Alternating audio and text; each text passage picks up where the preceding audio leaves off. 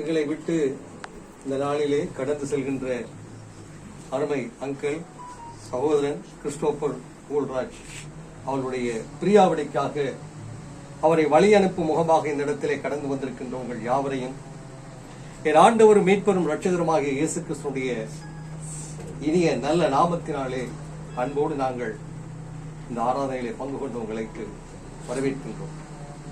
ஒரு மனிதனுடைய மரணமானது அவனுடைய வாழ்க்கையில் முடிவல்ல என்பதை பரிசுத்த வேதாகமும் நாங்கள் விசுவாசிக்கின்ற எங்களுடைய வேதாகமும் கூறுகிறது. அங்கே பரிசுத்த பவுல் சொல்லுகிறார், மரணமே உன் கூரெங்கே, பாதாளமே உன் ஜெயமெங்கே என்று சொல்லி அவர் தன்னுடைய காரியத்தை எழுதுகிற போது எவ்விதமாக வேதத்திலே நாம் காணக்கூடியதாக இருக்கிறது. மரணம் ஒரு மனிதனுடைய வாழ்க்கையிலே முடிவு இல்லை என்பதை திட்டவட்டமாக நாங்கள் விசுவாசிக்கின்றோம். ஏனெனில் கர்த்தராகிய இயேசு கிறிஸ்துவை சொந்த இரட்சகராக ஏற்றுக்கொண்ட ஒரு மனிதனுடைய வாழ்க்கையிலே மரணம் அவனுக்கு முடிவல்ல.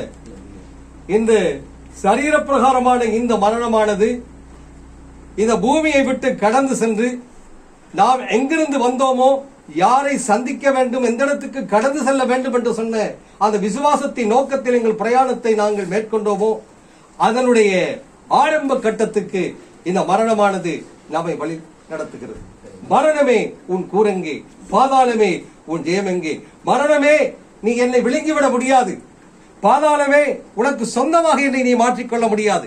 காரணம், இனிமேல் தான் என் வாழ்க்கை அங்கே ஆரம்பிக்க போகிறது. ஆதி முதல் எங்கே இருந்தோமோ அந்த இடத்துக்கு நாம் கடந்து செல்லத்தக்கதாக இந்த பூமியிலே நான் கடந்து வந்த பாதை முடிவடைந்து நான் அங்கே கடந்து செல்வதற்கு இது எனக்கு வழி வகிக்கிறது என்று சொல்லி அந்த வார்த்தை கூறுகிறது. ஆகவே இந்த பிரியாவிடை நாளிலே அவரை வழியனுப்ப கடந்து வந்திருக்கின்ற உங்கள் யாவருக்கும் என் அன்பின் வாழ்த்துக்களை நான் திரும்பவும் கூறிக்கொள்கின்றேன். இது நம்முடைய வாழ்க்கையில் முடிவல்ல என்பதை நாம் இந்த நாட்களிலே ஒரு திட்டவட்டமாக எங்கள் மனதுக்குள்ளே வைத்துக் கொள்வோம். ஒரு கிறிஸ்தவ வாழ்க்கைக்கு மரணம் என்பது எப்போதுமே முடிவல்ல. ஏனெனில் இனிமேல் தான் அழிகின்ற இந்த உடம்பில் இருந்த அழியாமையாகிய அந்த நித்திய ஜீவனை நாம் பெற்றுக்கொள்வதற்கு ஆயத்தமாகி இந்த நாட்களிலே அவர் நம்மை விட்டு கடந்து செல்கின்றார்.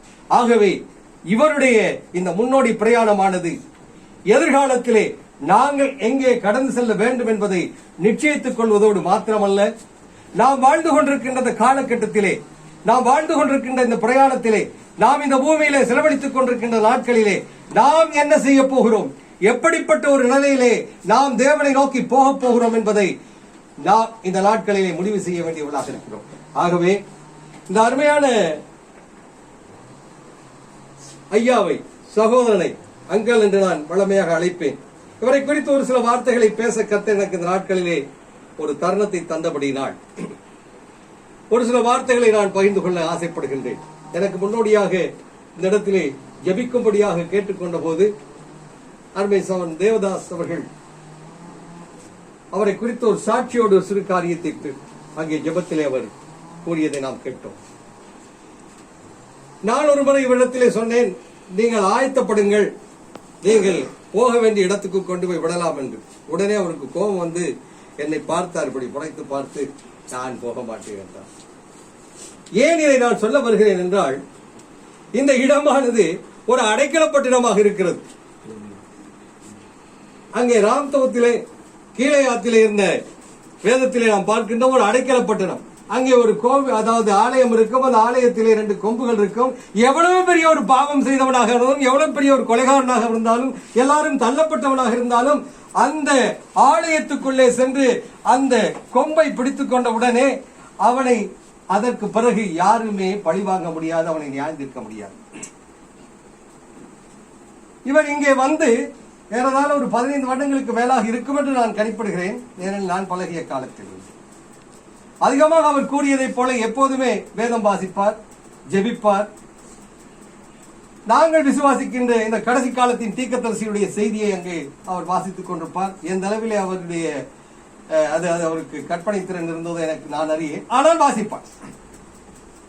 நான் இதை ஏன் குறிப்பிட வருகிறேன் என்றால், ஒரு அடைக்கலப்பட்டினம் என்பதை குறித்து நான் சிந்தித்துக் கொண்டிருக்கின்ற போது இவர் இங்கிருந்து நான் போக மாட்டேன் என்று சொன்னதற்காக நான் அதை சொல்லுகின்றேன்.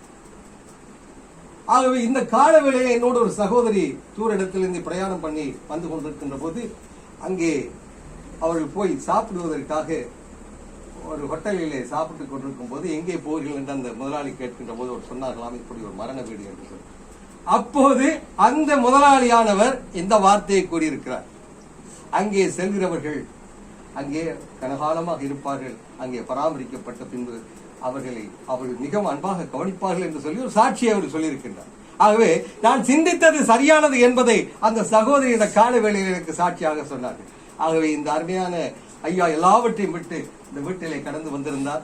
அவர்களை பராமரிப்பதற்கு இந்த வீட்டில் இருக்கின்ற அருமையான சகோதரி மற்றுமாக சகோதரன் மற்றும் அவருடைய பிள்ளைகள் அத்தனை பேரும் அவரை பராமரித்திருக்கின்றார்கள். அவர் இந்த இடத்தில் இருந்து ஒரு சரியான இடத்தை கடந்து செல்வதற்கு இந்த அடைக்கலப்பட்டினம் அவருக்கு உதவியாக இருந்தது.